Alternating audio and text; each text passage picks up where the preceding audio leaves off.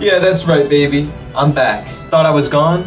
Too bad. I've returned to reclaim the crown that is my rightful possession as Lord of the YouTube Movie Review. I know the world's been awaiting my return in this age of middling reviews, the era of the 7 out of 10s, but I'm here to say, wait no longer, my child. The king's back to sit on the throne that was once his. And for my return, what better film to review than the sequel of a film that came out last summer and that I didn't make a video on? Personally, can't think of anything better than that, so let's hop to it, my Red Army. Also, look at this. That's going to stay there for the whole review, by the way. Just so you know. Today's video is a review on 28 Years Later, The Bone Temple, which was directed by Nia DaCosta and is written by Alex Garland, who has had a hand in writing all these films, and stars Ralph Fiennes and Jack O'Connell, who reprised their roles from the previous installment as Dr. Ian Kelson and Sir Lord Jimmy Crystal in the fourth film of this franchise. In this movie, Dr. Kelson researches the rage virus that plagued London 28 years prior and has since resulted in the UK's quarantine from the rest of the world.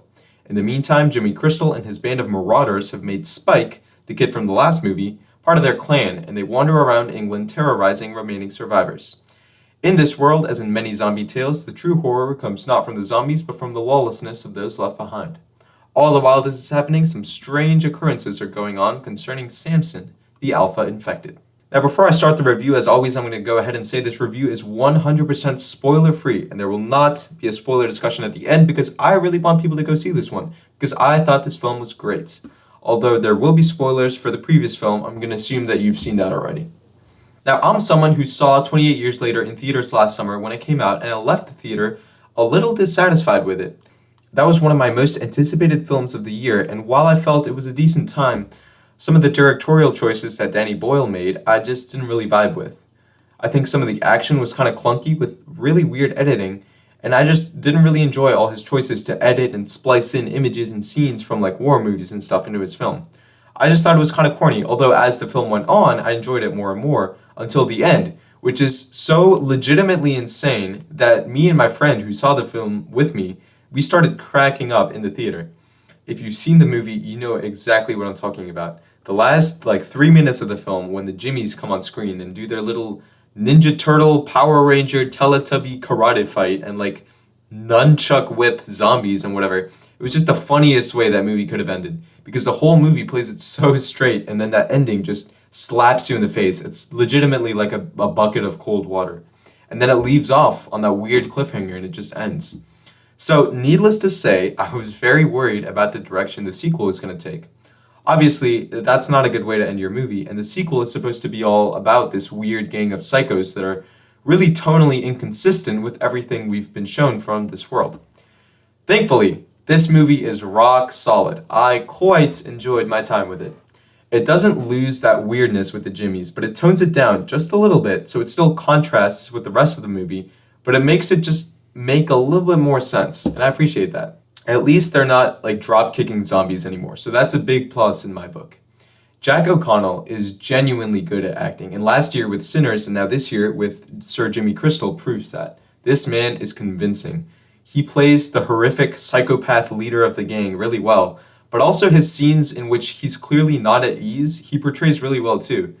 My favorite scene in this movie is just a conversation that he has when he meets Dr. Kelson. These two different ideologies, the mentally disturbed psychopath clashing with the rationally thinking doctor, is so interesting to me. Speaking of the doctor, Ralph Fiennes is an even better actor. He completely sold me on this quirky, eccentric doctor who, honestly, just really needs a friend badly. This man needs a hug.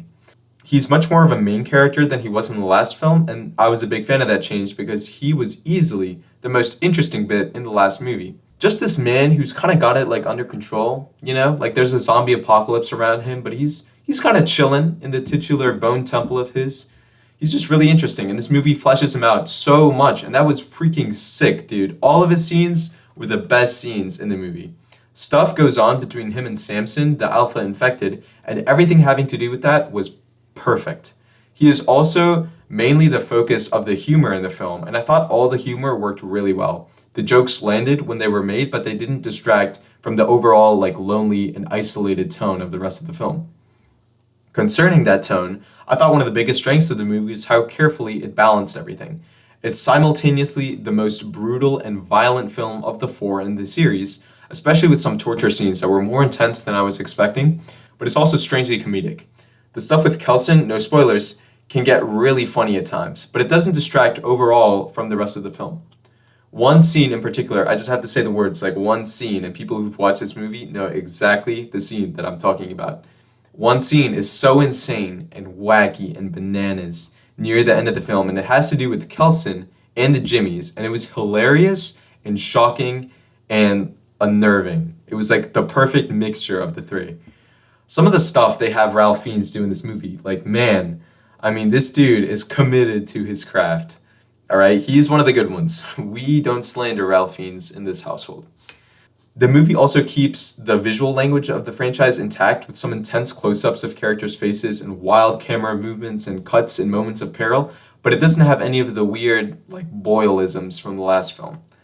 Now, getting into some of my flaws with this movie, my biggest one, I think, is that Spike doesn't actually have a lot to do aside from just, like, being scared and trying to run away from Jimmy Crystal. He was the core of the last film, like, he was the main character, we were following him. And in this one, he just really doesn't have anything of substance to bring to the plot. I also don't really know why he joins the Jimmies in the first place. I think they could have explained that a little better. I think it was because he was scared that they were going to kill him if he didn't, but I just think it was a little muddled and not explained super well. And that might be a problem with me, something I missed, but I still feel like it's worth bringing up. The pacing is also unconventional, and the movie kind of like meanders a bit at the midpoint.